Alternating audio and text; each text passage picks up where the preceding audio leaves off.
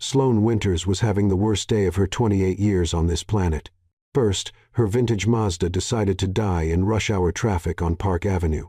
Then, her ex-boyfriend Tyler posted engagement photos with the girl he swore was just a friend from college. And now, standing in the lobby of Manhattan's most exclusive restaurant, she just watched her heels snap clean off her favorite pumps. "Fantastic," she muttered, limping through the revolving door like a wounded flamingo. Just fantastic. The universe wasn't done with her yet. As Sloane hobbled across the marble floor, a waiter appeared out of nowhere, tray loaded with champagne flutes. She tried to dodge. He tried to stop. Physics had other plans. The collision sent champagne arcing through the air in slow motion, golden liquid catching the chandelier light as it splashed directly onto the back of a man's suit jacket. Time stopped. The man turned around slowly, and Sloane's stomach dropped to her broken shoes. She knew that face. Everyone in New York knew that face. It had been on the cover of Forbes 3 times this year alone. Garrett Ashford, billionaire real estate mogul, owner of half the skyscrapers in Manhattan, and according to page 6, a complete and utter nightmare who'd once sued a journalist for calling his building design derivative. His ice-blue eyes locked onto Sloane with the warmth of a glacier in Antarctica. Sloane's voice came out as a squeak. "I am so sorry. I tripped, and the waiter. Do you know who this woman is?" A sharp voice cut through the restaurant's buzz. Sloane turned and felt her soul leave her body. Sitting at a massive table near the windows was her entire family, her mother looking mortified, her father, half standing, her sister Felicity with that judgy face she'd perfected in high school, Aunt Moira, Uncle Dennis, the cousin she hadn't seen since Thanksgiving, and worst of all, Grandma Iris, who'd spent the last 5 family dinners asking why Sloane wasn't married yet. Sloane Patricia Winters. Her mother stood up, her face matching her burgundy dress. "What have you done?" Every head in the restaurant swiveled toward them. Sloane saw phones coming out, camera apps opening. This was going to be all over social media in minutes. "Mom, I was coming to lunch, and I just... Miss, I'm going to have to ask you to..." A security guard appeared at her elbow. "Wait." Garrett Ashford's voice cut through the chaos like a knife through butter. Garrett Ashford's voice cut through the chaos like a knife through butter. His hand landed on Sloane's shoulder, gentle but firm. "It's fine. Accidents happen." Sloane blinked up at him. Was this a trick? Where was the lawsuit? The public humiliation? The security detail dragging her out by her broken heels? "Sloane, who is that man?" Aunt Moira was practically vibrating with curiosity, her eyes darting between Sloane and the billionaire. That's when Sloane's brain short-circuited. Maybe it was the panic. Maybe it was years of family pressure. Maybe it was the way Garrett Ashford was standing there being unexpectedly decent, and she needed desperately, viscerally needed her family to stop treating her like a romantic failure. The words tumbled out before she could stop them. "He's my husband." The silence that crashed over the restaurant was deafening. Garrett Ashford froze beside her. Sloane felt him turn to stone. "Shoot, shoot, shoot, shoot. What did I just say? You're what?" The shout came from approximately 15 family members simultaneously. "You're married?" Her mother pressed a hand to her chest, looking faint. Sloane was having a full-blown panic attack in designer restaurant lighting. She'd just announced her marriage to the most powerful man in New York in front of 200 witnesses, with phones recording everything. But Garrett Ashford did something completely insane. He smiled. It wasn't a warm smile. It was the smile of a great white shark who'd just spotted something interesting in the water. Surprise! Everyone. He slipped his arm around Sloane's waist, pulling her against him with practiced ease. "We wanted to tell you in person, but the cat's out of the bag now, right, sweetheart?" The way he said sweetheart made Sloane feel like she'd just signed a contract with the devil in blood. Her family exploded. "When did this happen? Why didn't you tell us?" Sloane Winters married to Garrett Ashford. "Moira, are you seeing this?" Aunt Moira looked like she might faint. Garrett Ashford. The Garrett Ashford. "Actually," Garrett said smoothly, his grip on Sloane's waist tightening in warning. "She's Sloane Ashford now." He was making it worse. Sloane stared at him in pure horror. Garrett stared back with those ice-blue eyes that clearly said, "You started this. Now deal with it. Come. Come. Her mother was waving frantically. Sit with us. We have so much to catch up on. We really should go, Sloane tried. We'd be delighted. Garrett cut her off, flashing that shark smile again. Before Sloane could protest, she was being steered toward the table, Garrett attached to her side like an expensive, dangerous shadow. Uncle Dennis raised his wine glass. A toast to the newlyweds. We're not exactly newlyweds. We've been, Sloane attempted to clarify. To Sloane and Garrett. The entire table erupted. Garrett grabbed a champagne flute and toasted with terrifying naturalness. Sloane realized with growing horror that he was enjoying this. So, Aunt Moira leaned forward, hungry for details. How did you two meet? Sloane opened her mouth, closed it, opened it again. Nothing came out. It was love at first sight, Garrett answered smoothly, running his finger along Sloane's hand in a gesture that looked intimate but felt like a threat. She literally ran into me. The table collectively sighed. He was enjoying this. The jerk was enjoying this. And the wedding? When was it? Why so secret? Her sister, Felicity, narrowed her eyes suspiciously. 3 months ago, Garrett lied effortlessly. Small ceremony, just us and the officiant. Sloane wanted something intimate. That's so romantic. Cousin Peyton was practically in tears. Grandma Iris, however, wasn't buying it. Sloane, you never mentioned dating anyone. How'd you go from single to married so fast? Sloane felt sweat trickling down her spine.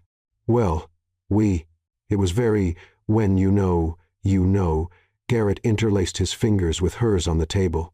His fingers were cold as ice, but his smile could melt steel. I knew from the first second I saw her. Lies. Beautiful, convincing, dangerous lies. Garrett's phone buzzed. He glanced at it and his expression shifted into something even more predatory. Excuse me, family. He stood gracefully. I need to take this call. I'll be right back. He kissed the top of Sloane's head, a gesture that looked affectionate but felt like ownership. The second he walked away, the table exploded. Sloane. Garrett Ashford. How did you land him? Why didn't you tell us? Sloane was officially spiraling. Her life was imploding in real time, and it was all because of a broken heel and a moment of panic. She glanced over and saw Garrett on his phone across the room. He was laughing. No, worse. He was taking notes. He was planning something. When Garrett returned, he had an expression that Sloane could only describe as predatory satisfaction. Sloane. He placed his hand on her shoulder, squeezing slightly. We need to talk privately. That didn't sound good. Not good at all. Already? But you just got here, Aunt Moira protested. Business emergency. Garrett flashed his corporate smile. I'm sure you understand. He practically dragged Sloane toward the back hallway of the restaurant. The second they were alone, the smile vanished. What was that? His voice was low, controlled, and absolutely terrifying. Sloane backed against the wall. I panicked. My family was there. Everyone was staring. And you declared me your husband in front of 200 people with cameras recording. He ran his hand through his dark hair, clearly fighting not to yell. Do you have any idea what you just did? It was an accident. Accident doesn't work when you verbally marry someone. I'll tell them the truth. Sloane was already reaching for her phone. I'll say it was a mistake, that I freaked out, that. Garrett snatched the phone from her hand. Too late. He turned the phone toward her. The hashtag Garrett Ashford married was trending on Twitter. Photos of them in the restaurant. Videos. Analysis. Conspiracy theories. Sloane felt the floor disappear beneath her feet. My publicist just called. Garrett continued, his voice dangerously calm. The story's already hit Bloomberg and the Wall Street Journal. My board is freaking out. My mother is on a plane from the Hamptons. Congratulations, Sloane Winters. You just caused the biggest PR crisis Ashford Enterprises has faced in a decade. I'll tell the truth. Sloane was near tears. I'll tweet. I'll post a video. And destroy both of us in the process. Garrett crossed his arms. I look like an idiot who got catfished publicly. You look like a psycho who invented a marriage with a stranger. Your family is humiliated. My company loses credibility. Everyone loses. Then what do we do? Sloane wanted to scream. Garrett went silent for a long moment. Sloane could practically see his brain working, calculating, strategizing. Finally, he spoke. "We get married." Sloane blinked. "What? For real?" He looked her dead in the eye, and Sloane saw he was serious. "Temporarily, until the dust settles and we can divorce quietly." "You're insane." "Think of it as damage control." Garrett started pacing, clearly formulating a plan. "We confirm the story. Get married for real at City Hall tomorrow. Live together for a few months. Then amicable separation. No scandals, no lawsuits, no reputation destruction." Sloane stared at him like he'd sprouted a second head. "You want me to marry you because of a lie? You put me in this situation." He turned to face her, eyes cold. "Now you're going to help me get out of it my way. I'm not marrying a stranger. The alternative is publicly admitting you made it all up, destroying both our reputations, traumatizing your family, and probably costing me a 15% stock drop by Friday." He ticked them off on his fingers, methodical. "Your choice." Sloane wanted to say no, wanted to run screaming from this nightmare. But when she thought about her mother finding out the truth, about Grandma Iris's disappointment, about the headlines. "How long?" she asked, voice small. 6 months. Long enough to look real, short enough to justify separation, and then clean divorce. Irreconcilable differences. We go our separate ways. He extended his hand. "Do we have a deal?" Sloane looked at his hand. It was a nice hand, expensive, probably signed contracts worth millions. And now it was being offered to pull her out of the biggest hole she'd ever dug. She took a deep breath and shook it. 6 months. 6 months, Garrett confirmed, shaking firmly. "And Sloane?" He leaned closer, voice low and dangerous. He leaned closer, voice low and dangerous. "Don't make me regret this more than I already do." Before she could respond, he was walking back to the dining room, corporate smile back in place. Sloane stood alone in the hallway processing what had just happened. She'd woken up today as Sloane Winters, single administrative assistant. In 24 hours, she'd be Sloane Ashford, wife to the most feared man in New York by accident. What have I just done? Sloane didn't sleep that night. How could she? In approximately 12 hours, she'd be walking into City Hall to marry a man she'd met exactly once, when she'd bathed him in champagne and accidentally declared him her husband. Her phone hadn't stopped buzzing since she got home. Text after text from her family, friends she hadn't spoken to in years, even her dentist's receptionist asking if the rumors were true. The only person who hadn't texted was Garrett Ashford. Instead, at precisely 6:47 a.m., her doorbell rang. Sloane stumbled to the door in her pajamas, oversized NYU t-shirt and shorts with coffee stains, and peered through the peephole. A man in an immaculate suit stood there holding a briefcase and looking like he'd never been tired a day in his life.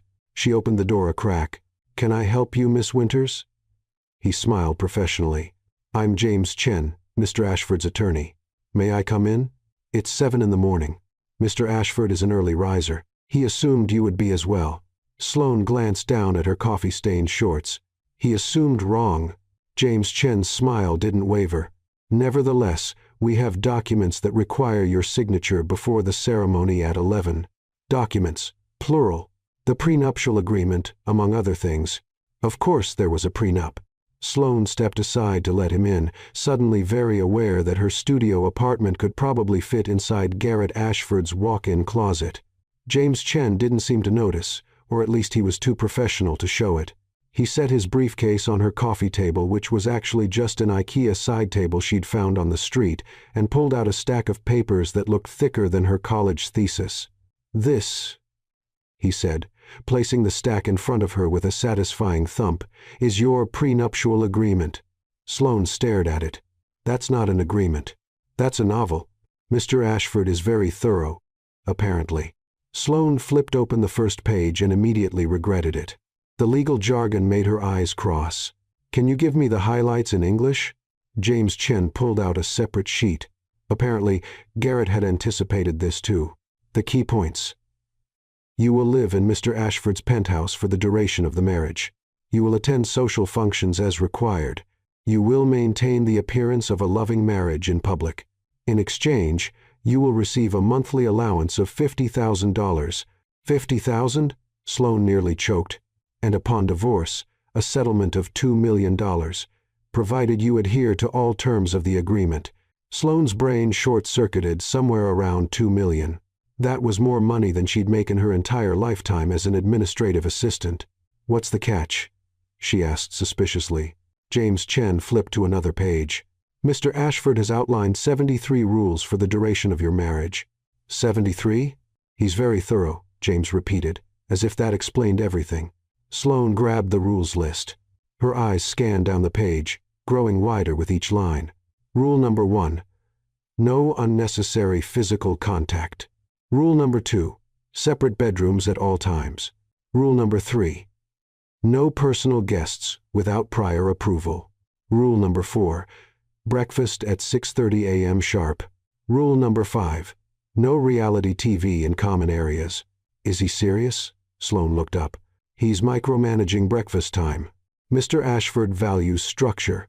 Mr. Ashford sounds like a robot. James Chen's professional mask cracked slightly. Was that a hint of a smile? You're not the first person to say that. Sloane kept reading. Rule number 23. No discussing the marriage arrangement with anyone outside approved parties. Rule number 31. All social media posts must be approved in advance. Rule number 47. No rearranging furniture. Rule number 52. No singing in the shower. No singing in the shower? Sloane threw the paper down. What kind of monster bans shower singing? Mr. Ashford is a light sleeper. Then maybe Mr. Ashford should invest in earplugs instead of trying to control every aspect of my life. James Chen calmly retrieved the paper. If you're having second thoughts. Sloane took a deep breath. Sloane took a deep breath.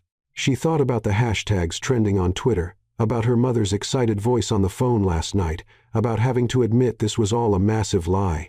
$2 million and 6 months of shower silence. She could do this. Where do I sign? 3 hours later, Sloane stood in front of City Hall wearing the only dress she owned that could be considered wedding appropriate. A simple cream-colored sheath dress she'd bought for her cousin's rehearsal dinner 2 years ago. Garrett Ashford stood beside her in a suit that probably cost more than her rent for the year, looking completely calm, like getting married to a stranger on a Wednesday morning was perfectly normal. You're late, he said without looking at her. I'm 2 minutes late. 2 minutes is late. Sloane bit her tongue. Rule number 1 of surviving the next 6 months. Don't murder your fake husband before the ink dries on the marriage certificate. Shall we? Garrett gestured toward the entrance. Inside, the ceremony was remarkably sterile. A clerk who looked like she'd rather be anywhere else rattled through the standard vows in a monotone that suggested she'd done this 17 times already today. Do you, Garrett Ashford, take Sloane Winters to be your lawfully wedded wife? No hesitation, no emotion, just 2 words delivered like a quarterly earnings report. No hesitation, no emotion, just 2 words delivered like a quarterly earnings report. Do you, Sloane Winters, take Garrett Ashford to be your lawfully wedded husband? Sloane looked at Garrett. He was staring straight ahead, jaw set, completely unreadable. This was insane. This was the most insane thing she'd ever done. By the power vested in me by the state of New York, I now pronounce you husband and wife. By the power vested in me by the state of New York, I now pronounce you husband and wife. You may kiss the bride. Sloane and Garrett both froze. They hadn't discussed this part. The clerk looked at them expectantly. Behind them, James Chen cleared his throat. Garrett turned to Sloane, and for the first time that morning, she saw something flicker in his ice-blue eyes. Panic? Resignation? She couldn't tell. We don't have to, Sloane started. Garrett leaned in and kissed her. It was quick, perfunctory, the kind of kiss you'd give your grandmother at Thanksgiving. But Sloane's traitorous body didn't get the memo. The second his lips touched hers, every nerve ending lit up like Times Square on New Year's Eve. Her heart slammed against her ribs, her skin flushed hot, and then it was over. Garrett pulled back, his expression carefully neutral. Shall we? Sloane nodded, not trusting her voice. They signed the papers. The clerk stamped everything with the enthusiasm of someone stamping parking tickets.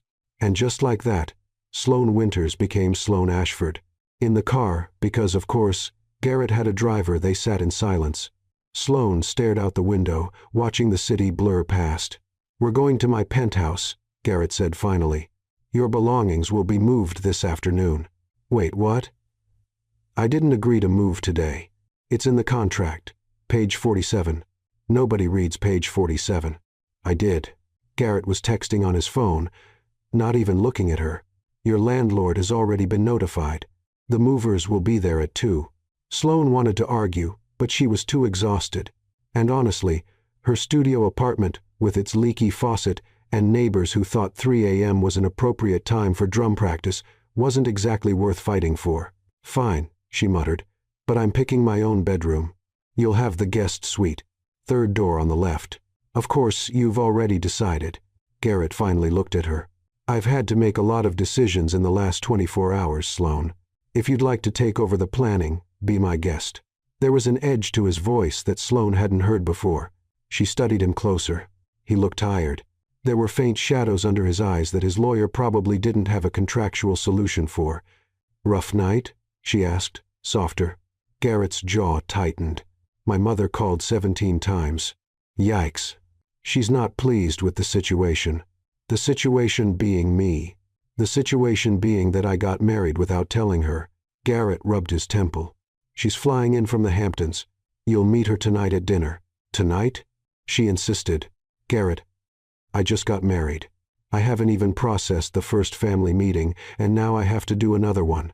Welcome to being in Ashford." His tone was dry. "We don't believe in processing time."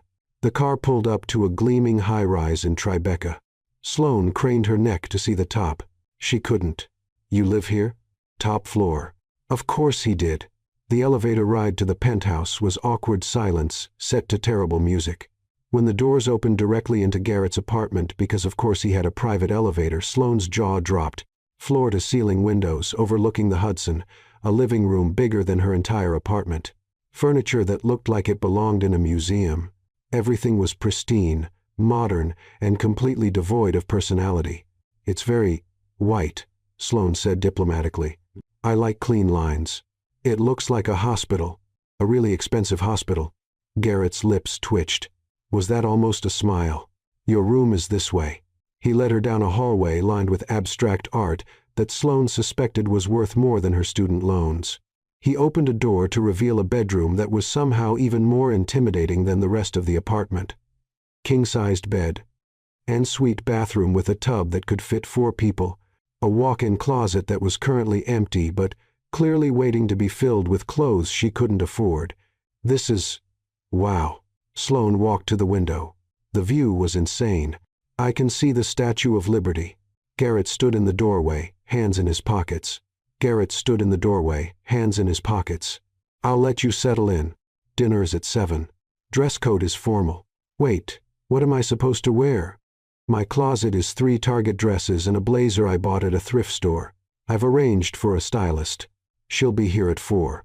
"You arranged a... When did you arrange a stylist?" "This morning, while you were signing the prenup." Sloane turned to face him. "Do you ever stop planning things?"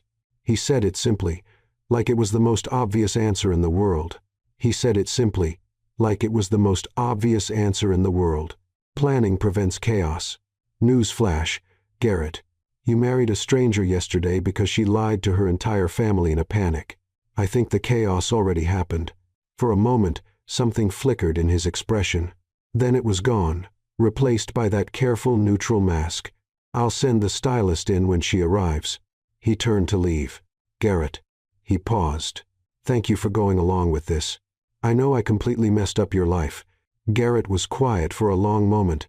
When he finally spoke, his voice was softer than she'd heard it. "You didn't completely mess it up, just significantly complicated it." And then he was gone, closing the door behind him with a soft click. Sloane sat on the edge of the massive bed and looked around her new room, her new life. She was married to a billionaire who had 73 rules and scheduled his breakfast down to the minute. She was about to meet his mother.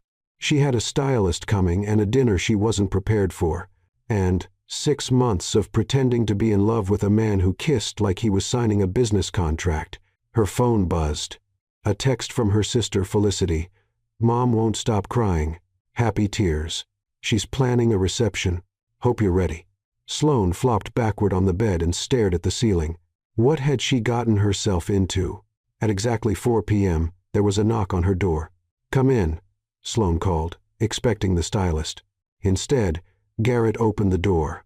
He'd changed into jeans and a sweater.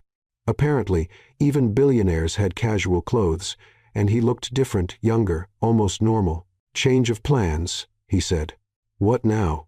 "My mother moved dinner up to 6, which means we have 2 hours to get our story straight." "Our story." Garrett walked into the room and sat in the armchair by the window. "How we met, how I proposed, why we kept it secret. We need details, Sloane. My mother is like a detective with a PhD in calling out lies." Sloane sat up.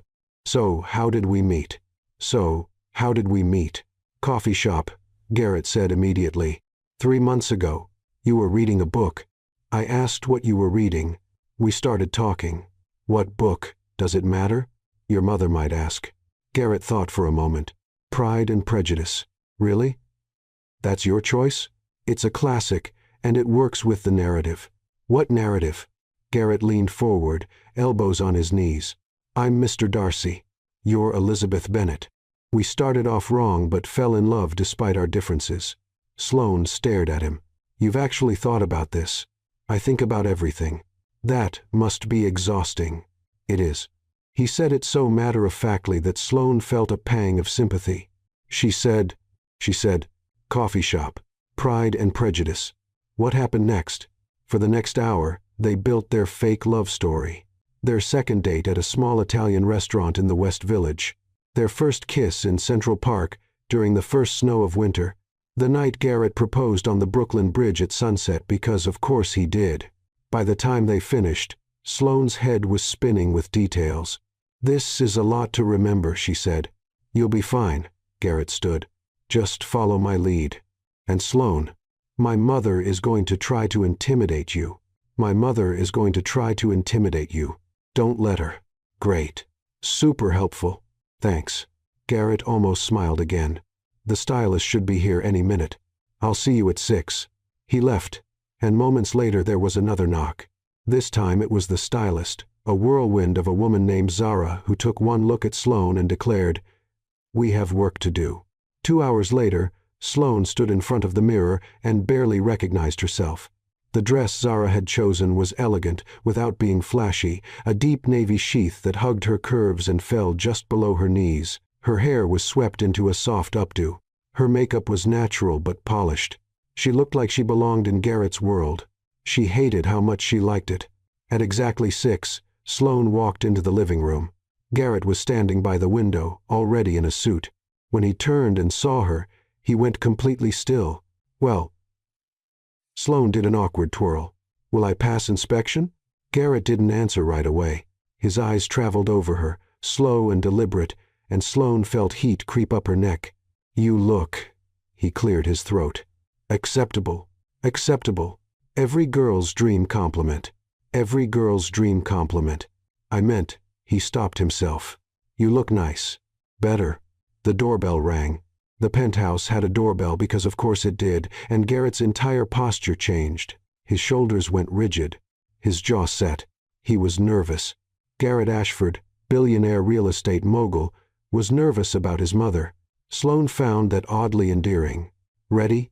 He asked. Not even a little bit. Perfect. Let's go. Garrett opened the door, and Sloane came face to face with Vivian Ashford. Garrett. Vivian air-kissed both his cheeks. My son, the surprise groom. Mother. Garrett's voice was carefully neutral. This is Sloane. Vivian turned those sharp eyes on Sloane, and Sloane felt like a bug under a microscope. So, Vivian said, her smile not reaching her eyes, you're the girl who trapped my son into marriage. And just like that, Sloane knew dinner was going to be a disaster. The silence that followed Vivian Ashford's accusation was so thick you could cut it with a knife, or in this case, with one of the ridiculously expensive steak knives sitting on Garrett's dining table. Mother. Garrett's voice was ice cold. That's not what happened, isn't it? Vivian glided into the penthouse like she owned it, which Sloane realized with growing horror she might have helped pay for. You meet a girl and 3 months later you're married in secret. That doesn't strike you as suspicious? Both Ashfords turned to look at her. Both Ashfords turned to look at her. Sloane's heart was hammering, but she forced herself to stand tall. She dealt with difficult people before, granted. They were usually angry customers calling about late deliveries, not billionaire matriarchs who looked like they ate people for breakfast, but the principle was the same. Stay calm. Don't show fear. Mrs. Ashford. Sloane continued. I understand this is a shock, but I love your son and he loves me. That's what matters. The lie tasted bitter on her tongue, especially after that weird moment when Garrett had looked at her in the navy dress, like she'd stolen his ability to form coherent sentences. Vivian's perfectly painted lips curved into something that might have been a smile on anyone else. On her, it looked predatory. Love, she said, testing the word like it was sour. How quaint. Mother, that's enough. Garrett moved to stand beside Sloane, and she felt his hand land on the small of her back. It was possessive, protective, and definitely not in the 73 rules. Rule number 1. No unnecessary physical contact. Dinner is ready, Garrett said firmly. Shall we? Shall we? Dinner was catered by some restaurant whose name Sloane couldn't pronounce. Vivian sat across from them, dissecting them with her eyes while delicately cutting her salmon into precise, identical pieces. So, Sloane? Vivian took a sip of wine. So, Sloane? Vivian took a sip of wine. I'm an administrative assistant. How modest. The way Vivian said it made it sound like Sloane had said she was a professional dumpster diver. The way Vivian said it made it sound like Sloane had said she was a professional dumpster diver. Henderson and Associates. It's a marketing firm in Midtown. I'm not familiar with it. It's not a billion-dollar enterprise, if that's what you're asking, Sloane said sweetly. Garrett nearly choked on his water. Vivian's smile sharpened. I see you have spirit. That's good. You'll need it to survive in this family. Is that a threat? It's a fact. Vivian set down her fork with surgical precision. Vivian set down her fork with surgical precision. Tell me, Sloane, have you ever attended a fundraiser where the ticket price was $50,000 per plate? No, but I once went to a potluck where someone brought store-bought cookies and pretended they were homemade. No, but I once went to a potluck where someone brought store-bought cookies and pretended they were homemade. Garrett made a sound that might have been a suppressed laugh. Vivian did not look amused. This isn't a joke, dear. This isn't a joke, dear. It means knowing which fork to use at state dinners. It means being able to discuss art, politics, and philanthropy with people who can destroy your reputation with one phone call. Mother. Garrett's voice cut through the tension like a blade. Sloane doesn't need to be lectured. I'm simply ensuring she understands what she's gotten herself into. I'm simply ensuring she understands what she's gotten herself into. Not to you. Not to your expectations. To me. Sloane looked at Garrett in surprise. There was an edge to his voice she hadn't heard before, something almost protective. Vivian studied her son like he was a particularly interesting specimen. You've changed. You've changed. Not you. You're always so controlled, so measured, and yet you married this girl in secret without telling your own mother. Vivian turned her sharp gaze back to Sloane. What's your secret, dear? What spell did you cast on my son? What's your secret, dear? What spell did you cast on my son? I spilled champagne on him and lied to my entire family, Sloane said flatly. It was very romantic. Then Garrett started laughing, not a polite chuckle, a real, genuine laugh that seemed to surprise him as much as it surprised Sloane and Vivian. I'm sorry, Garrett said, trying to compose himself. I'm sorry, Garrett said, trying to compose himself. Vivian looked between them like they'd both lost their minds.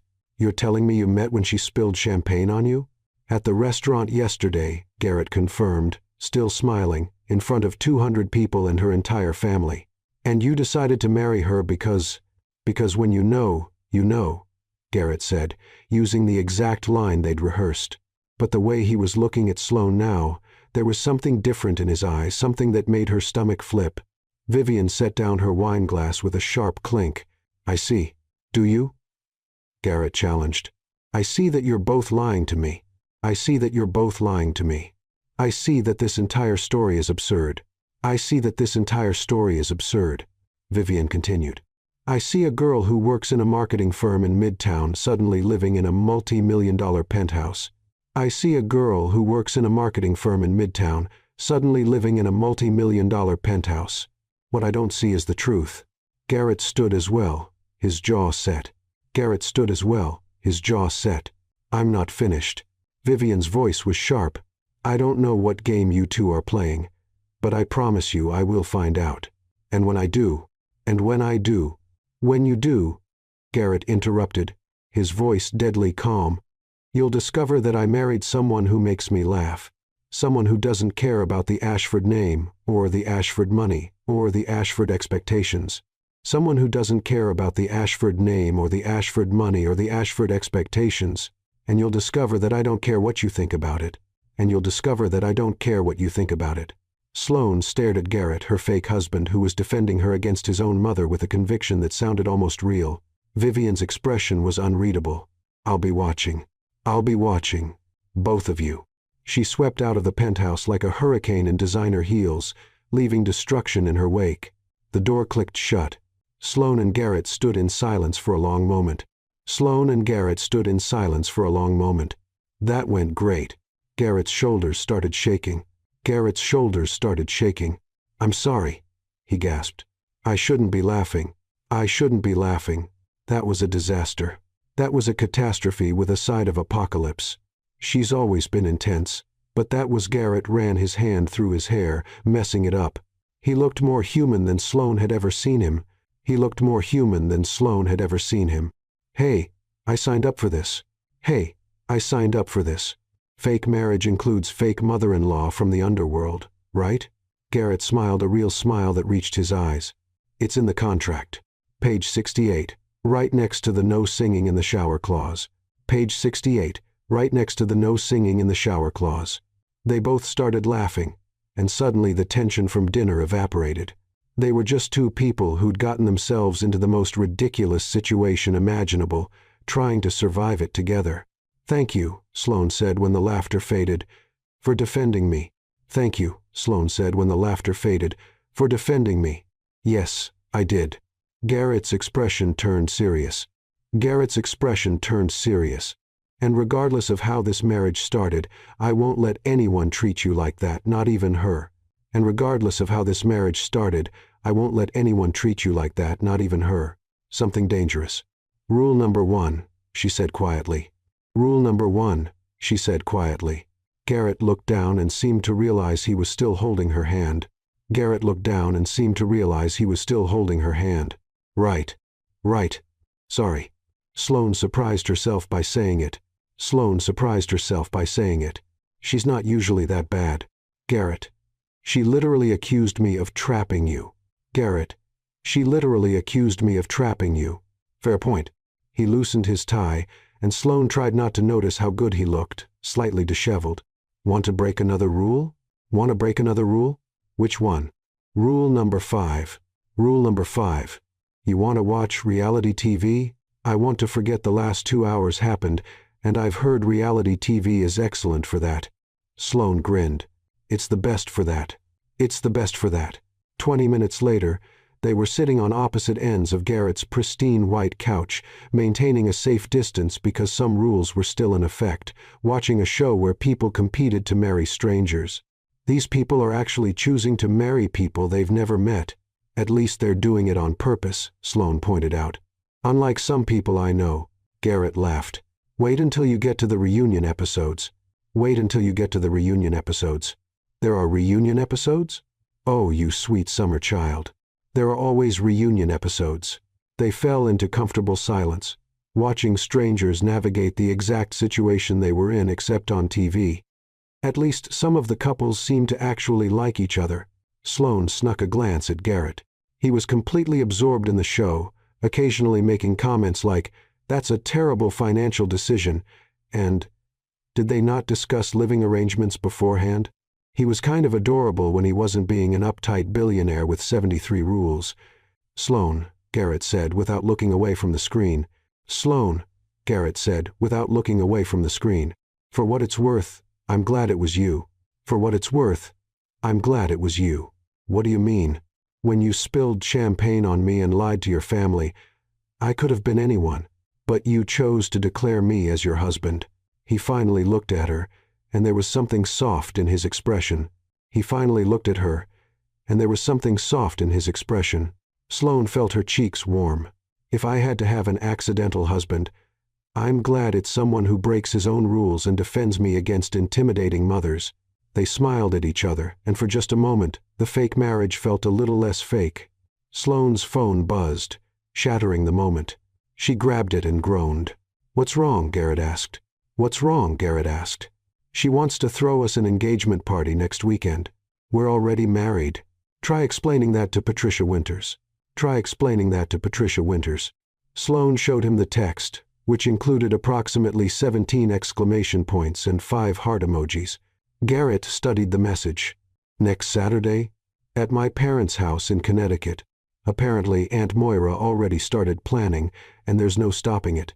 Sloane sighed. "We don't have to go. I can make up an excuse. I can make up an excuse." Garrett's expression was determined.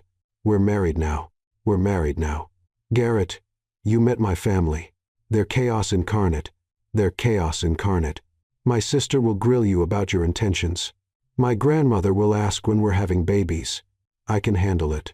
This isn't a business meeting. This is my family. They're loud and nosy, and they'll probably serve questionable casseroles." "Sloane." Garrett turned to face her fully. "I defended you against my mother tonight. I think I can survive casseroles and questions about babies." Sloane bit her lip. "You're really sure about this?" "I'm sure." He pulled out his phone. "I'll have my assistant clear my schedule. You're going to schedule my family's chaotic engagement party? I schedule everything. Remember? It's how I prevent chaos. Newsflash. My family is chaos. No amount of scheduling can prevent it." Garrett smiled, that almost smile she was starting to recognize. "Then I guess I'll have to learn to adapt. Who are you, and what have you done with the man who has 73 rules?" "He's making an exception." Garrett stood and offered his hand to help her up for his wife. The word wife sent a little thrill through Sloane that she absolutely did not want to examine too closely. She took his hand, letting him pull her to her feet.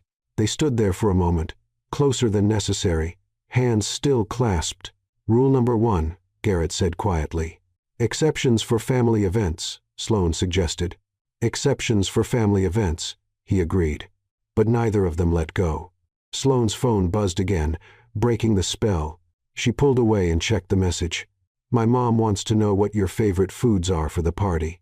Tell her I'll eat anything except, let me guess, anything that isn't precisely prepared to your specifications?" Garrett had the grace to look slightly embarrassed. "I'm not that bad." "Garrett, you have a rule about breakfast being at 6:30 a.m. sharp. Structure is important. Structure is your security blanket." "Maybe." He headed toward the hallway. "I should let you get some rest. We have a busy week ahead." "More rules to break," Sloane teased. Garrett paused at his bedroom door and looked back at her. More exceptions to make. And then he was gone, leaving Sloane standing in the living room with a racing heart and a growing realization that this fake marriage was getting dangerously close to feeling real. She grabbed her phone and texted her best friend, Kira. "Help! I think I'm starting to like my fake husband." The response came immediately. "Girl." Sloane looked down the hallway where Garrett had disappeared. 2 days, and her carefully controlled life had exploded into champagne-soaked chaos. 73 rules, reality TV, and a man who defended her against his terrifying mother. 2 days, and she was already in trouble. She went to her bedroom, the guest suite with the Statue of Liberty view, and got ready for bed. As she climbed under the ridiculously expensive sheets, she heard it, singing, faint, coming from somewhere in the penthouse. Garrett was singing in the shower. Sloane smiled into her pillow. Apparently, some rules were made to be broken even by the man who wrote them. The drive to Connecticut was supposed to take 2 hours. It took 3 because Garrett insisted on stopping at a bakery in Greenwich to pick up appropriate desserts after Sloane mentioned her Aunt Moira's legendary but questionable Jell-O mold. "You don't understand," Sloane said as Garrett emerged from the bakery with 3 boxes of French pastries. "My family will think you're showing off. I'm preventing food poisoning." Garrett carefully placed the boxes in the back seat like they contain nuclear codes. There's a difference. My family has survived Aunt Moira's Jell-O mold for 30 years. Then they're incredibly lucky or have stomachs of steel. Sloane couldn't help but smile. Over the past week, she discovered that Garrett had opinions about everything from the correct way to load a dishwasher. Apparently there was a system to the best route through Manhattan. He'd gotten into a genuine argument with his GPS. She'd also discovered he was funny when he wasn't trying to be, thoughtful in weird ways. He'd remembered she didn't like coffee and had stocked the penthouse with 6 different types of tea, and that he hummed while he worked in his home office. It was becoming a problem. The problem being that she was starting to actually like him. "You're nervous," Garrett observed as they turned onto her parents' street. "I'm not nervous. Your leg is bouncing. You've been checking your phone every 3 minutes, and you've reorganized your purse twice." Sloane stopped bouncing her leg. "I'm nervous. My family is about to descend on you like a swarm of very loud, very nosy locusts. I can handle locusts. These are Connecticut locusts. They're different." Garrett pulled into the driveway of a modest 2-story colonial that was absolutely covered in balloons, streamers, and a banner that read, "Congratulations, Sloane and Garrett," in letters large enough to be seen from space. "Oh no," Sloane whispered. "Oh no, what?" My mom went full Pinterest. The front door burst open before they could even get out of the car. Sloane's mother came running out, followed by what appeared to be the entire extended Winters family. "They're here!" Patricia Winters shrieked with the enthusiasm of someone announcing the second coming. Garrett looked at Sloane. Too late to run? Way too late.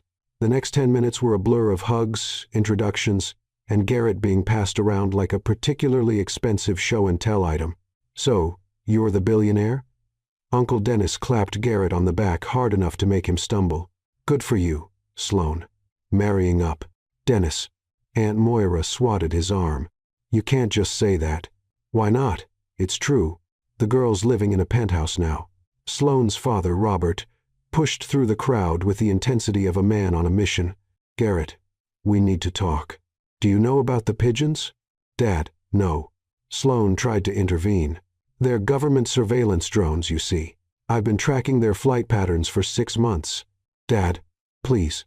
"It's fine," Garrett said, and he actually sounded interested. "I'd like to hear about this. I've always wondered why pigeons in Manhattan seem so organized." Robert's face lit up like Christmas morning. Finally, someone who gets it. As her father dragged Garrett toward the backyard to discuss avian conspiracy theories, Sloane felt a hand on her shoulder. "Well, well, well." Her sister Felicity appeared with a knowing smile. "Look at you, married to Mr. Perfect. He's not perfect. He's rich, gorgeous, and he's about to spend 20 minutes listening to Dad's pigeon theories without running away screaming. That's pretty close to perfect." Sloane watched through the window as Garrett nodded seriously, while her father gesticulated wildly, probably explaining his elaborate theory about migratory patterns and GPS tracking. "It's fake," Sloane said quietly.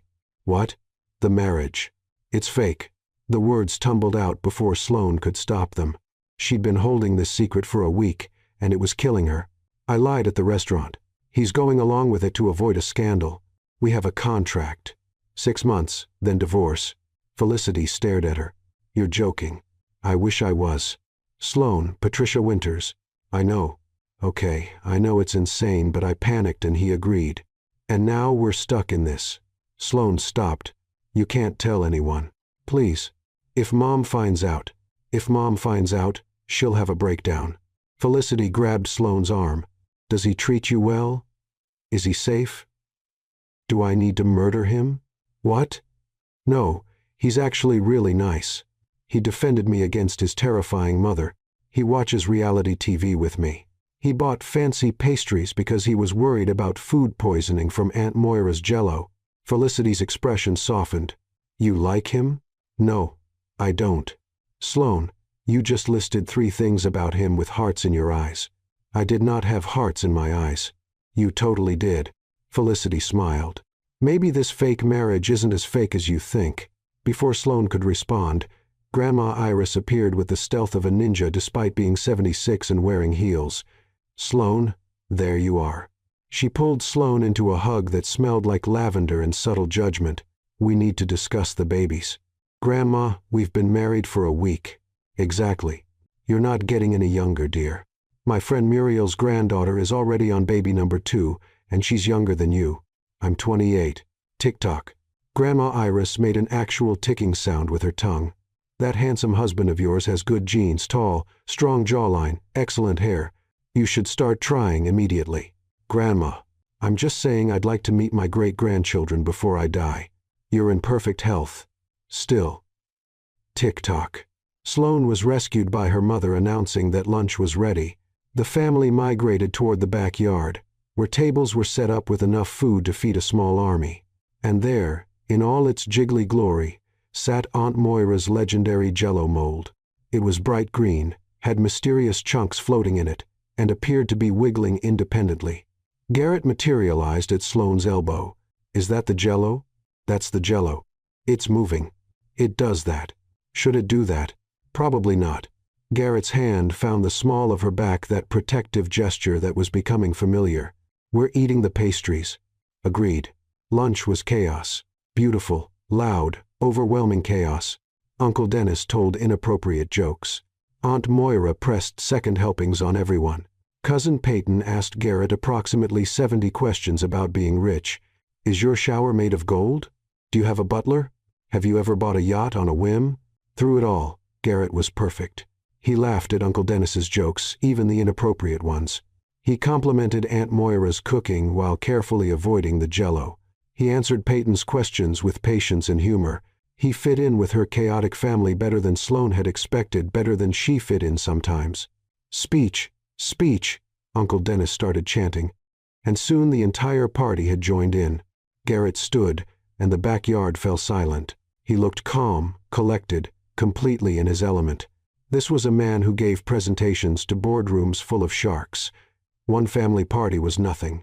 "Thank you all for this incredible celebration," Garrett began. "I know Sloane and I surprised everyone with our quick wedding. We surprised ourselves, honestly." Polite laughter rippled through the crowd. "But from the moment I met your daughter—" Garrett looked at Patricia. "Your sister." He nodded to Felicity. "Your granddaughter." He smiled at Grandma Iris. "I knew she was special. She's kind, funny, and keeps me from taking myself too seriously." Sloane felt her cheeks burning. "She spilled champagne on me, lied to all of you, and somehow convinced me that marrying her was a good idea." More laughter. "And you know what? It was. Because Sloane makes every day an adventure. She challenges me. She makes me laugh. She makes me want to be better than the uptight, overscheduled person I was before I met her." The backyard was completely silent now. Sloane could hear her heart hammering. "So, thank you," Garrett continued, "for welcoming me into your family, and for raising someone so extraordinary that she was worth breaking all my rules for." He raised his glass. "To family, to chaos, and to Sloane." "To Sloane," the entire party echoed. Sloane stood on shaky legs and walked over to Garrett. She was supposed to kiss him, that's what you did after a speech like that. But when she reached him and saw the look in his eyes, she forgot this was supposed to be fake. She kissed him. Not a quick peck, not a performative kiss for the audience, a real kiss. His lips were soft and warm, and he tasted like the champagne they'd been drinking. His hand came up to cup her face, and for a moment the entire backyard disappeared. There was only Garrett, only this, only the feeling of coming home. When they pulled apart, the backyard erupted in cheers and applause, but Sloane barely heard it. She was too busy staring at Garrett, who was looking at her like he'd just figured out the answer to a very complicated equation. "Good speech," she managed. "Good kiss," he replied, voice rough. They were saved from further conversation by Grandma Iris, demanding photos. The next hour was a blur of pictures with the family, with the Jell-O mold which Aunt Moira insisted on including, cutting the cake, which was actually the French pastries Garrett had brought, artfully arranged. As the sun started to set, Sloane escaped to her mother's garden for a moment of peace. She found Garrett already there, sitting on the bench under the oak tree where she used to read as a kid. "Hey," she said softly. He patted the space beside him. "Your family is exhausting. Told you. I like them, though. They're real. Loud and chaotic, but real. Sloane sat down, leaving a careful few inches between them. That speech you gave, I meant it. She looked at him sharply. What? I meant it, Garrett repeated. The part about you being special, about you making me laugh, about you making me want to be better. He turned to face her fully. This was supposed to be fake, a business arrangement to avoid a scandal. It still is, Sloane said. But her voice wavered. Is it? Garrett reached out and tucked a strand of hair behind her ear. Because somewhere between the champagne incident and your grandmother asking about babies, I stopped pretending. Sloane's breath caught. Garrett, you make me forget about the rules, he continued. You make me sing in the shower even though I banned it. You make me watch reality TV and eat on the couch and laugh at terrible jokes. You make me feel like maybe I don't have to have everything planned and controlled. That's called chaos. Sloane whispered. That's everything you hate. That's everything I thought I hated. He moved closer. Turns out I just needed the right person to make chaos feel like home. We have a contract. 6 months. Then we walk away. We could renegotiate. Sloane's heart was racing. What are you saying? I'm saying that kiss wasn't fake. At least not for me. His thumb traced her jawline. Was it fake for you? Sloane should say yes, should stick to the plan, should protect herself from the inevitable heartbreak when this all fell apart. But she'd never been good at doing what she should. No, she admitted. It wasn't fake. Garrett smiled, that real smile that transformed his entire face. This is a terrible idea, Sloane said even as she leaned closer. Probably we're going to mess everything up. Most likely. You have 73 rules. Screw the rules. And then he was kissing her again. And this time there was no audience. No performance. No contract. Just them. Just this. Just the feeling of everything falling into place. When they finally pulled apart, both breathless, Garrett rested his forehead against hers. We should probably go back, he murmured, before your family sends a search party. Probably. Sloane didn't move. Garrett? I'm scared. Me too. What if this doesn't work? What if we mess up the arrangement and hurt each other? Garrett pulled back to look at her. Then we deal with it together. No more fake marriage. No more contract. Just us figuring it out. What about the 6 months? What about them? He stood and offered his hand. We have 6 months guaranteed together. Let's make them real. Sloane looked at his outstretched hand. This was it, the moment she decided if she was brave enough to turn a fake marriage into something real. She took his hand. Garrett pulled her up and into his arms, spinning her around like they were in a movie. Sloane laughed, the sound echoing through the garden. When he set her down, they were both grinning like idiots. My family is going to be insufferable about this, Sloane said. Your grandmother is going to increase the baby pressure. Oh, definitely. She'll probably start showing up with pregnancy tests. Garrett laughed. We'll deal with it together. Together, Sloane echoed. They walked back to the party hand in hand. And this time when they touched, it wasn't for show. It was real. As they rounded the corner of the house, they nearly collided with Felicity, who was clearly eavesdropping. Finally, Felicity shouted, I thought you two would never figure it out. You were listening? Sloane gasped. Of course I was listening. I'm your sister. Felicity grabbed them both in a hug. I'm so happy for you, even if this whole thing started as a ridiculous lie. Felicity, don't worry. Your secret's safe with me. But seriously, Sloane, only you could accidentally marry a billionaire and then actually fall in love with him. I didn't say I was in love. Felicity gave her a look. Okay, fine. Maybe I'm a little in love. Garrett squeezed her hand. Just a little. Don't push your luck, Ashford. They rejoined the party, and if anyone noticed, they were holding hands differently now, less carefully, more naturally. No one said anything except Grandma Iris, who cornered them by the dessert table. I see the way you two are looking at each other now, she said with a knowing smile. That's the real thing. I can always tell. Grandma, you've got about 8 months before you should start trying for babies. Get your bodies ready. Eat your vegetables. Take your vitamins. She patted Garrett's arm. Good genes.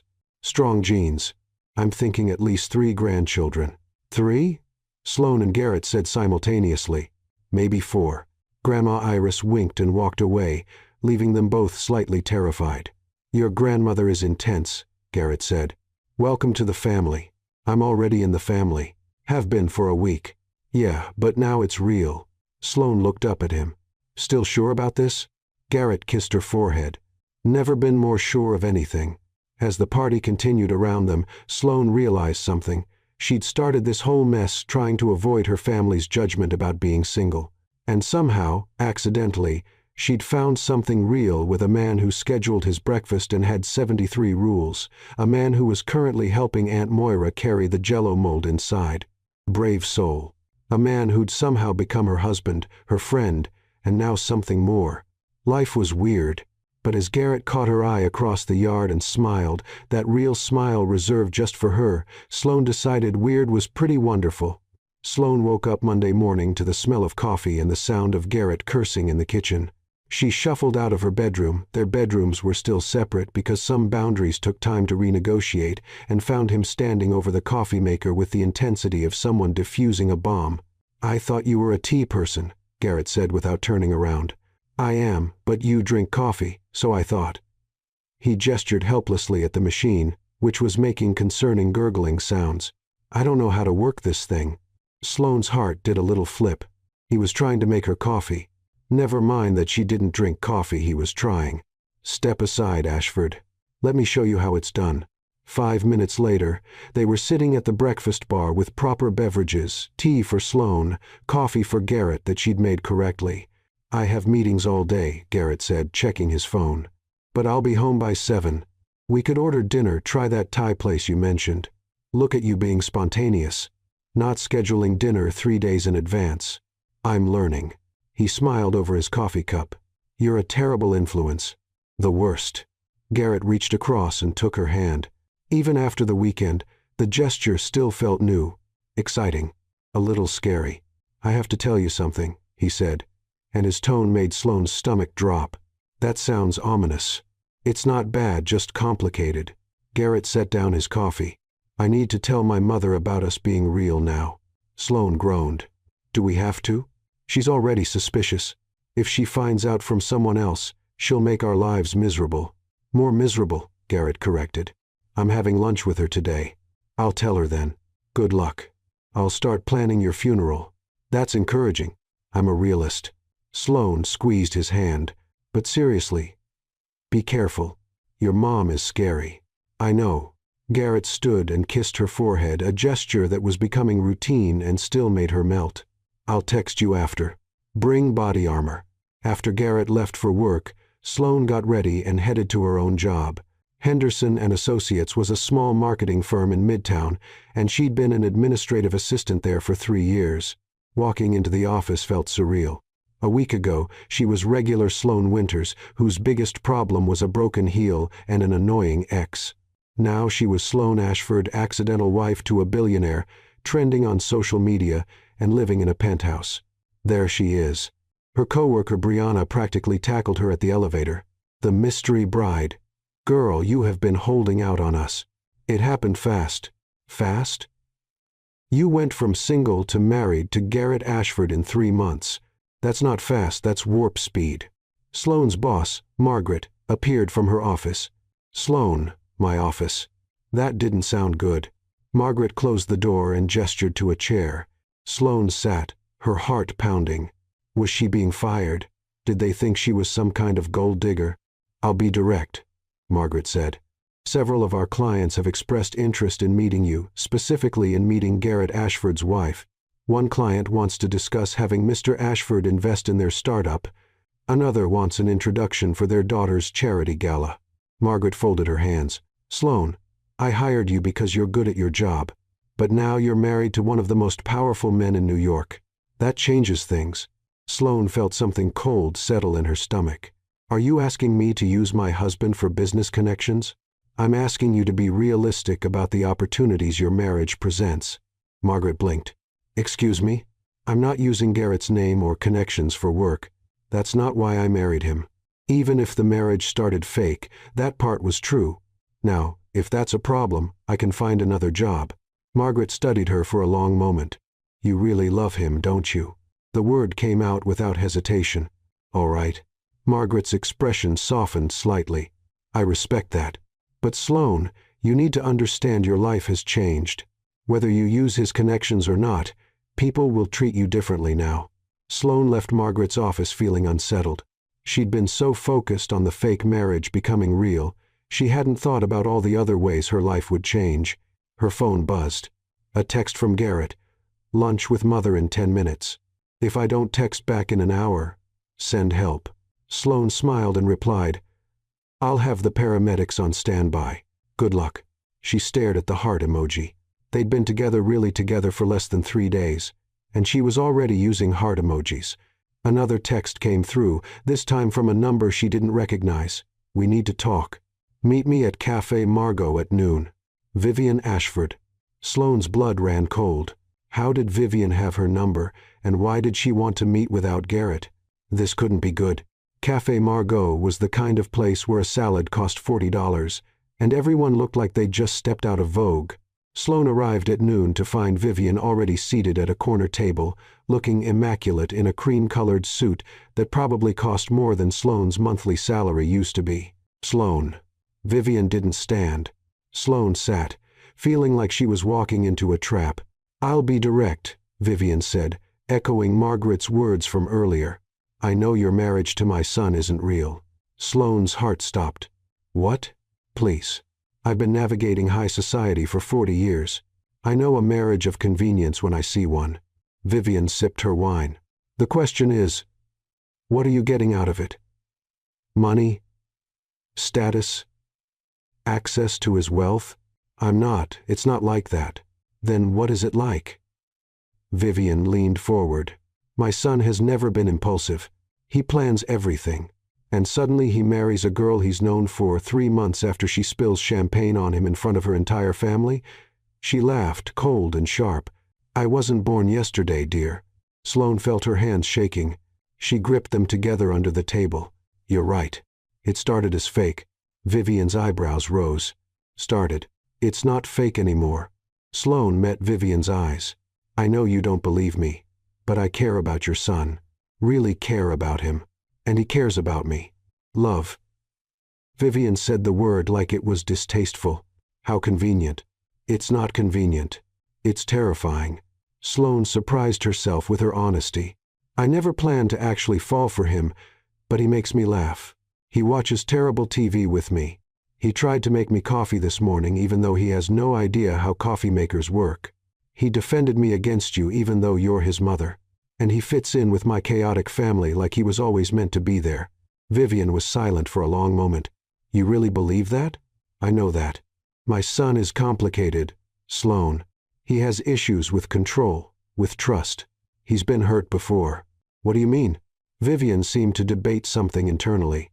Finally, she said, 5 years ago, Garrett was engaged to a woman named Claire Huntington. Society darling. Perfect pedigree. They were planning a wedding at the plaza. Sloane felt her stomach drop. Garrett had been engaged. He'd never mentioned that. "What happened?" she asked quietly. "She was using him for his money, his connections, his name." Garrett didn't see it until he found her in his office going through confidential files, planning to leak information to a competitor. She'd been playing him for months. "That's awful." It destroyed him. Vivian looked directly at Sloane. "He hasn't dated anyone seriously since. He built those ridiculous rules of his to keep people at a distance. He schedules everything to maintain control. He doesn't trust easily anymore." Sloane's mind was racing. The 73 rules, the need for structure, the way Garrett had been so cold and controlled when they first met, it all made sense now. "And then you came along," Vivian continued. "Chaotic, unpredictable, breaking every single one of his rules. Can you understand why I'm concerned? You think I'm like Claire? I think you're dangerous. Maybe more dangerous than Claire ever was, because Claire couldn't make my son smile. She couldn't make him break his own rules. She couldn't make him sing in the shower." Vivian's lips twitched slightly. "Yes, I heard about that." Sloane didn't know what to say. "So here's what's going to happen," Vivian said. "I'm going to watch you closely. And if I find out you're using my son, if you hurt him in any way, I will destroy you. Am I clear?" "Crystal." Vivian stood. "Lunch is on me." "And Sloane? For what it's worth, I hope I'm wrong about you. My son deserves to be happy.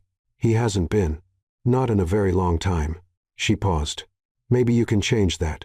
Then she swept out of the cafe, leaving Sloane sitting alone with her thoughts and a $40 salad she hadn't touched. Sloane spent the rest of the afternoon distracted.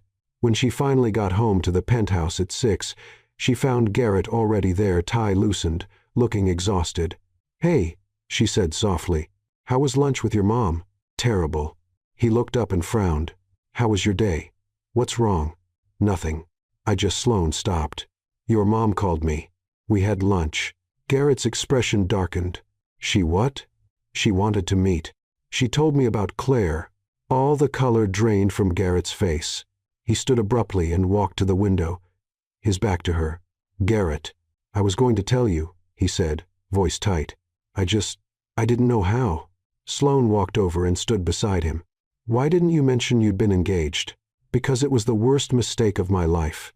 Garrett's jaw was clenched. "I thought I knew her, thought I loved her. Turns out I was just a means to an end. I'm not Claire. I know that." He finally looked at her. "If I thought you were anything like her, I never would have agreed to this marriage, fake or otherwise." "Then why didn't you tell me?" "Because I'm an idiot who thought he could keep his past and his present separate." Garrett ran his hand through his hair. "Because those rules I wrote, they weren't just about maintaining control. They were about protecting myself from ever being that vulnerable again. And then I came along and broke all of them." A ghost of a smile crossed his face. "You did." Sloane took his hand. "I'm not going to hurt you. You don't know that. Nobody knows that." "You're right. I don't know that." Sloane squeezed his hand. "But I know I don't want to. I know that when I see you trying to figure out the coffee maker, my heart does weird things. I know that watching you with my family made me realize how much I want you in my life. I know that this stopped being fake for me the moment you defended me against your mother." Garrett's thumb traced circles on her palm. "When did it stop being fake for you? Really?" Sloane thought about it. "The reality TV, when you sat on the couch and got genuinely invested in whether Brad and Ashley were going to make it."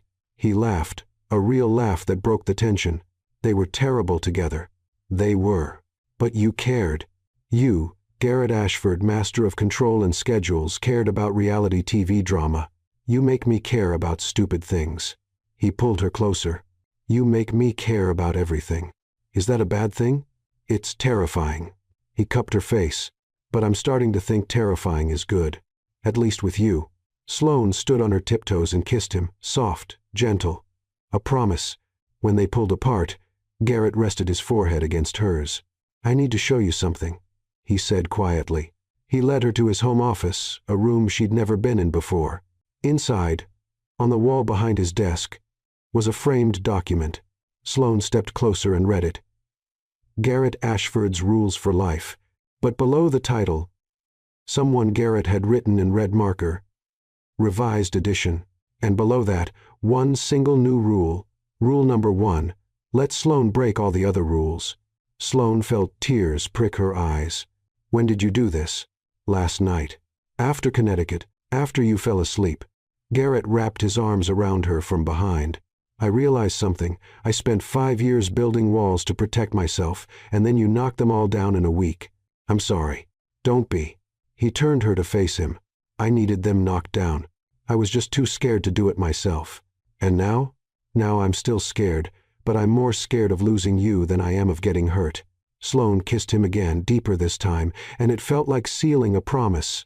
They'd started this as a lie, a fake marriage to avoid embarrassment. But somehow, accidentally, they'd stumbled into something real. Garrett's phone buzzed. He groaned and checked it. "Work crisis. I need to handle this. I'll order Thai food." "You remembered." "I remember everything you tell me, Garrett. That's kind of how caring about someone works." He kissed her forehead. "I'll be quick." While Garrett dealt with his work crisis, Sloane ordered dinner and changed into comfortable clothes. When she emerged from her bedroom, she found Garrett on the phone, pacing in his office. "I don't care what the board says. We're not selling," he was saying, his voice sharp. "That building has historic significance. No, I won't reconsider because some things matter more than profit." He hung up and immediately threw his phone on the couch. "Everything okay?" Sloane asked. "The board wants to sell one of our older buildings, tear it down and build luxury condos." Garrett slumped on the couch. But it's a landmark. It has character. It matters. Sloane sat beside him. Then don't sell. It's not that simple. The board has power. You're Garrett Ashford. You have more power. Sloane poked his shoulder. Fight for what matters. When did you become so wise? I married a billionaire by accident. I'm basically a life coach now. Garrett laughed and pulled her close. What would I do without you? Eat breakfast at exactly 6:30 a.m. and never sing in the shower. Sounds terrible. It does. They ate Thai food on the couch while watching more reality TV. Garrett got invested in the drama again. Sloane took a picture of him yelling at the screen and sent it to Felicity with the caption, "I've created a monster." Later, as they cleaned up, Garrett said, "Move in with me." Sloane paused. "I already live here." "No, I mean really move in. Not guest bedroom. Not separate spaces." He set down the dishes. "Share my room. Share my life. All of it." "Garrett, we've been really together for 3 days. We've been married for 2 weeks. We've been living together for a week, and I haven't wanted to be apart from you for a single moment." He took her hands. "I know it's fast. I know it's crazy. But when have we ever done anything the conventional way?" Sloane thought about it, about waking up in separate rooms, about the careful distance they'd maintained even while falling for each other, about how she wanted to fall asleep next to him and wake up to his terrible coffee-making attempts. "Okay," she said. "Okay. Let's be crazy. Let's do this properly." She grinned. "But I'm warning you, I steal blankets. I'll buy more blankets. And I talk in my sleep. I'll listen. And sometimes I wake up at 2 a.m. and want snacks. I'll stock the kitchen." Sloane laughed and kissed him. "You're ridiculous. I'm in love with you." The words hung in the air between them. "What?" Sloane whispered. "I'm in love with you," Garrett repeated, no hesitation. "I know it's been 2 weeks. I know it started fake. I know it's insane.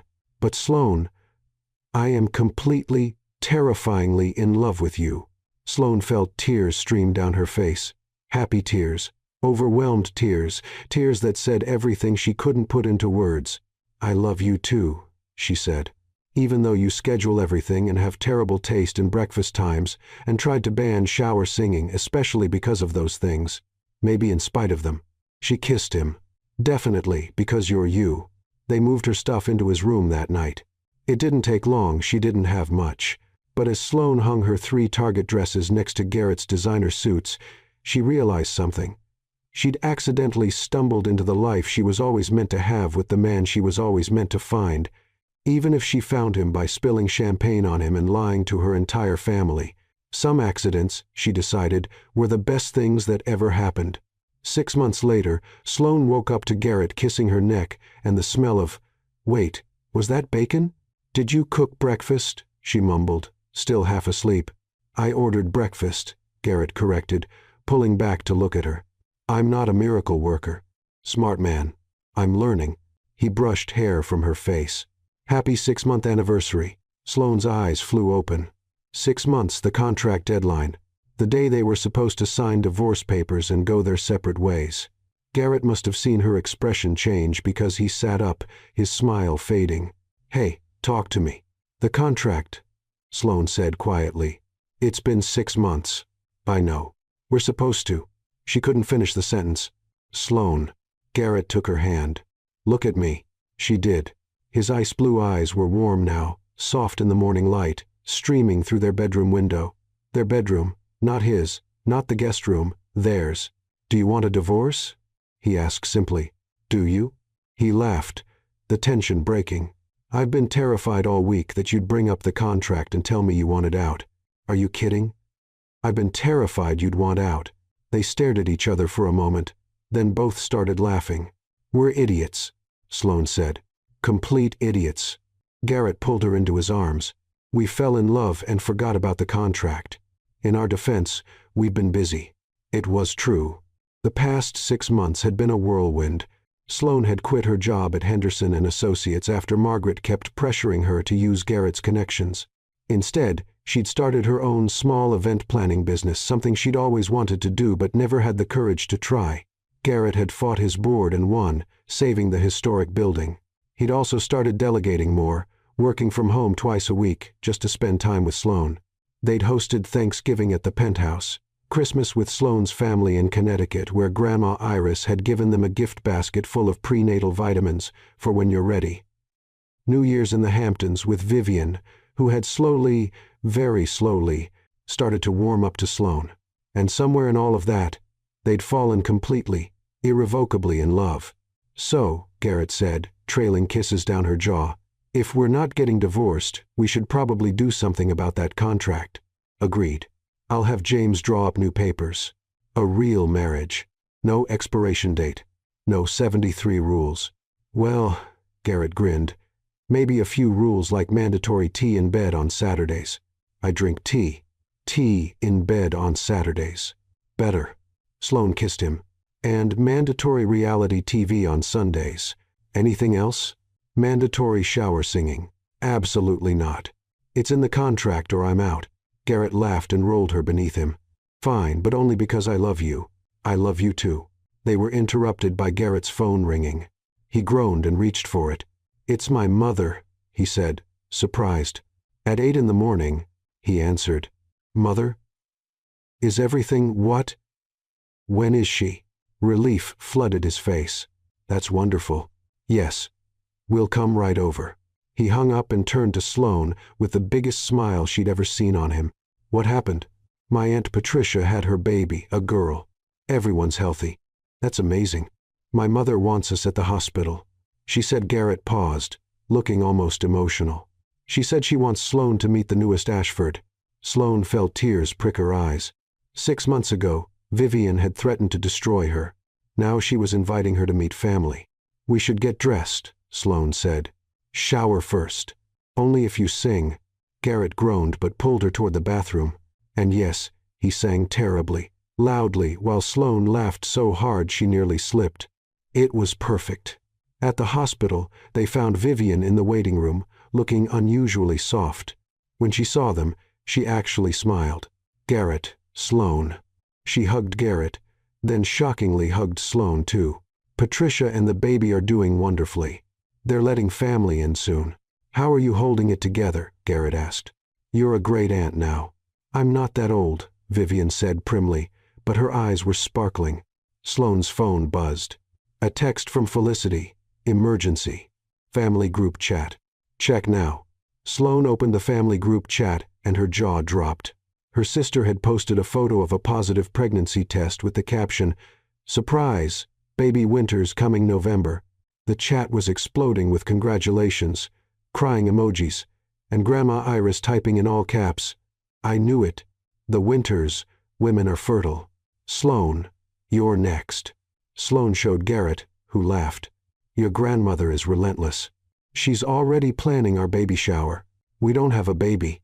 Yet, apparently, Sloane grinned. She's very confident. Should we tell her we're keeping the marriage? Garrett asked quietly. She already knows. She told me at Christmas that she could see the real love in our eyes and that the divorce would never happen. Your grandmother is terrifying. She really is. They were called in to meet baby Ashford, 7 pounds, 3 ounces of tiny perfection named Clara. Sloane held her while Garrett stood beside her, looking at the baby with an expression she'd never seen before. What? She asked softly. Nothing. Just thinking. About how good you look holding a baby? He kissed her temple. About how maybe Grandma Iris isn't completely wrong. Sloane's heart skipped. Garrett Ashford, are you saying you want kids? Not today. Maybe not this year. But someday. He looked at her, vulnerable. With you. If you want that. I want that, Sloane whispered. Someday. Someday, he agreed. Vivian appeared beside them. She's beautiful, isn't she? She really is, Sloane said. Vivian studied them for a moment. I owe you an apology, Sloane. What? No, you don't. Vivian's voice was firm. 6 months ago, I told you I'd be watching you, waiting for you to hurt my son. I was wrong. Sloane carefully handed baby Clara to a nurse and turned to face Vivian. You were protecting him. I understand that. Maybe. But I've watched you these past months, the way you make him laugh. The way he's become more human, less robotic. The way he actually leaves work early to spend time with you. Vivian's lips curved into a real smile. You've been good for him better than I ever imagined. He's been good for me too. I can see that. Vivian reached out and squeezed Sloane's hand. Welcome to the family. Really, this time. Sloane felt tears threatening. Thank you. Now, Vivian said briskly, back to business mode. When are you two going to give me a grandchild? I'm not getting any younger. Mother, Garrett groaned. I'm just saying.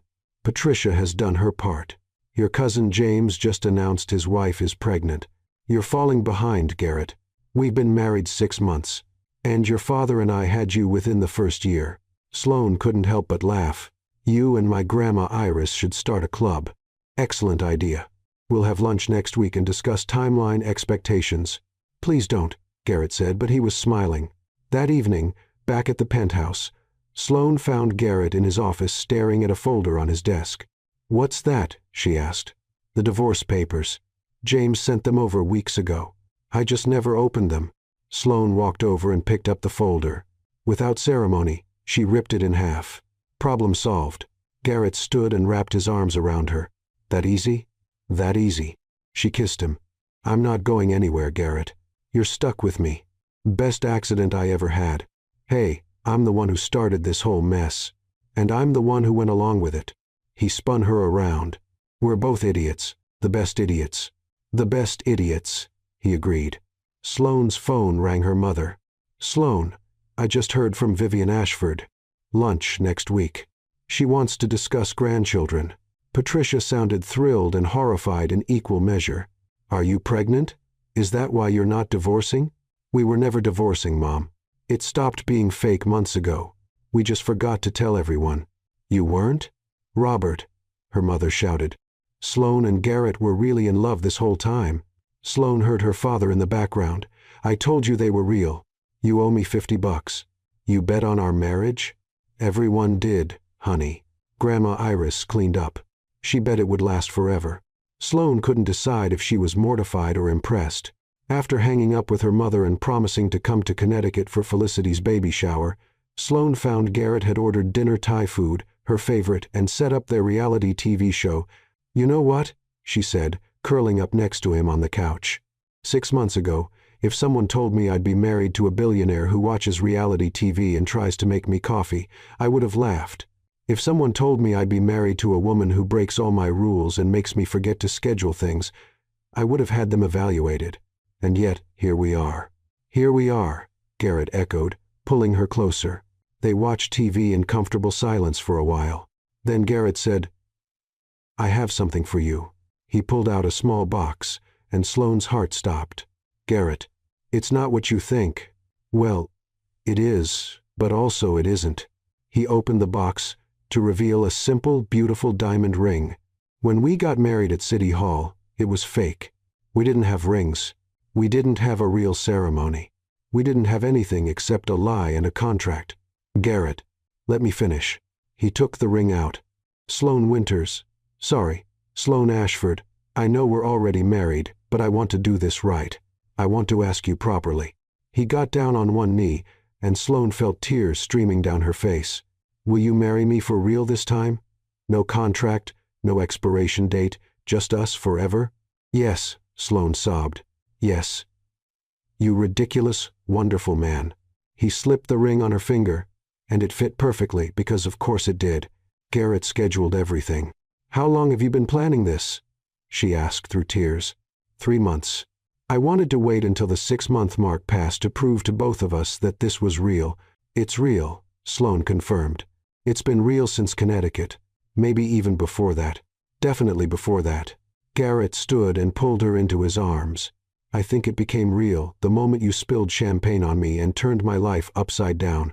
Best spill ever. Best lie ever. Best accident ever. The best, Garrett agreed and kissed her. 3 months later, Sloane stood in her childhood bedroom in Connecticut, surrounded by her mother, sister, Aunt Moira, and surprisingly Vivian Ashford. Stop fidgeting, Felicity said, adjusting Sloane's veil. You look perfect. I'm nervous. What if I trip? What if I say the wrong thing? What if you just enjoy marrying the love of your life? Vivian interrupted, and Sloane turned to see her almost mother-in-law smiling. Again. This time it counts, though. Last time counted too, Vivian said softly. You just didn't know it yet. Patricia dabbed at her eyes. My baby girl getting married again. Properly this time. Mom, don't cry. You'll make me cry. Too late. Felicity was already tearing up. Pregnancy hormones. There was a knock on the door, and Grandma Iris poked her head in. It's time. And Sloane, you look beautiful. That baby you're going to make with that handsome husband is going to be gorgeous. Grandma, we're not. Tick-tock. She disappeared down the hallway. Vivian laughed. I like her. She says what everyone's thinking. Please don't encourage her, Sloane begged. Too late. We're having lunch next week to discuss nursery colors. Sloane looked at Felicity helplessly. Her sister just grinned. Welcome to the family business, making babies and driving Sloane crazy. The ceremony was in her parents' backyard, the same place they'd had the engagement party 6 months ago. But this time, everything was different. This time, when Sloane walked down the makeshift aisle between rows of white chairs and under an arch covered in flowers, Garrett wasn't waiting out of obligation. He was waiting because he wanted to be there. And when she reached him, she saw tears in his eyes. You're crying, she whispered. Shut up, he whispered back, smiling. You look incredible. The ceremony was officiated by Judge Morrison, the same woman who'd married them at City Hall 9 months ago. We meet again, she said with a knowing smile. Though I suspect this time might be more intentional. Much more intentional, Garrett confirmed, his eyes never leaving Sloane. Judge Morrison smiled. Then let's do this right. Garrett, your vows. Garrett took Sloane's hands, and she could feel them shaking slightly. Sloane, he began. 9 months ago you spilled champagne on me and declared me your husband in front of 200 people. It was the most chaotic, unexpected, ridiculous moment of my life. Laughter rippled through the crowd. I'm a man who plans everything, who schedules everything, who tries to control everything. And you came into my life and broke every single rule I'd ever made. You made me watch reality TV. You made me eat Thai food on the couch. You made me sing in the shower. More laughter, especially from Felicity. And you made me realize that the life I'd been living was only half a life. You taught me that chaos isn't something to fear, it's something to embrace. Because the best things in life, the real things, are messy and unplanned, and sometimes start with a champagne accident and a desperate lie. Sloane was full-on crying now. So today, I promise you, I will embrace the chaos. I will break my own rules. I will love you through every unexpected moment. And I will never, ever regret the day you crashed into my life and turned everything upside down. He smiled. Because you're the best accident that ever happened to me. There wasn't a dry eye in the audience. Sloane, Judge Morrison prompted gently. Your vows? Sloane took a shaky breath. Garrett, I had a speech prepared 3 pages, color-coded, organized by theme. Garrett laughed through his tears. But that's not us. We're not organized or planned or controlled. We're chaotic and messy, and we fell in love by complete accident. She squeezed his hands. So, here's what I want to say. Thank you for going along with my ridiculous lie. Thank you for defending me against your terrifying mother. Hey, Vivian called out, but she was smiling. Thank you for trying to make me coffee even though you're terrible at it. Thank you for watching terrible reality TV with me, and for breaking your own rules, and for singing in the shower even though you banned it. Sloane's voice cracked. Thank you for loving me even when I didn't think I deserved to be loved. Thank you for being my best accident. She paused, then grinned.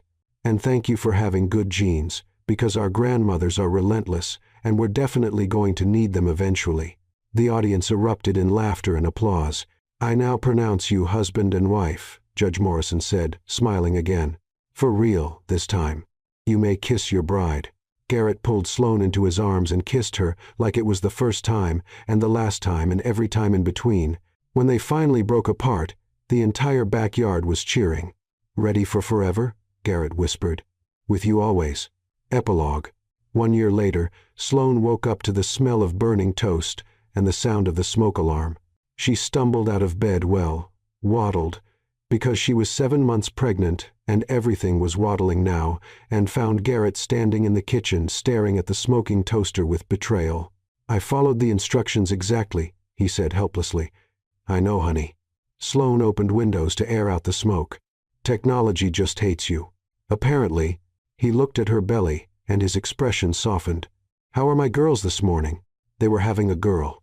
Vivian and Grandma Iris had cried for an hour when they found out. Your daughter has been practicing kickboxing since 5 a.m. Garrett knelt down and kissed her belly. Hey, troublemaker, give your mom a break. The baby kicked hard, and they both laughed. She's definitely your daughter, Sloane said, already breaking rules. She gets that from her mother. I'm a terrible influence. The best influence. Garrett stood and wrapped his arms around her from behind, his hands resting on her belly. I can't believe we're going to be parents in 2 months. Terrified yet? Absolutely. Completely. Sloane turned in his arms. But we'll figure it out together. We always do, Garrett agreed. Together. Later that day, they had lunch with both families. Vivian and Grandma Iris had indeed started a club, which consisted of them having lunch once a week to discuss baby things and terrify Sloane and Garrett with stories about childbirth. Felicity was there with her 3-month-old son, James. Sloane's parents were there.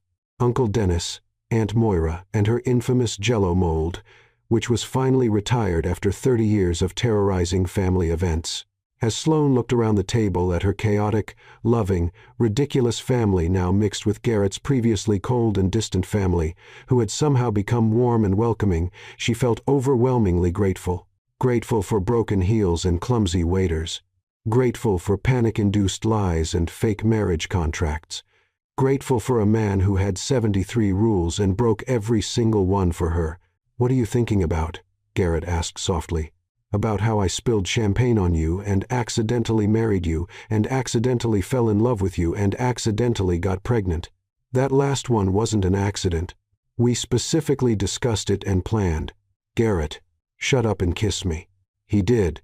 And somewhere in the background, Grandma Iris announced loudly, 1 down, 3 more to go. 3 more? Garrett pulled back, eyes wide. She wants 4 grandchildren, Sloane explained. I thought you knew. Nobody told me that. It's probably in a contract somewhere. Page 68. Garrett laughed and pulled her close. Fine, but we're spacing them out properly. I'm making a schedule. Of course you are. Someone has to plan things in this family. And someone has to break all your plans. Wouldn't have it any other way. As they sat at the table surrounded by family and love and the chaos that came with both, Sloane realized something. Some accidents change your life. Some accidents are your life. And some accidents, like spilling champagne on a stranger and declaring him your husband, are the best things that ever happened to you. Even if you don't know it at the time. Especially if you don't know it at the time. Because the best love stories don't start with a plan. They start with a disaster, a lie, and a whole lot of accidental perfection. The end.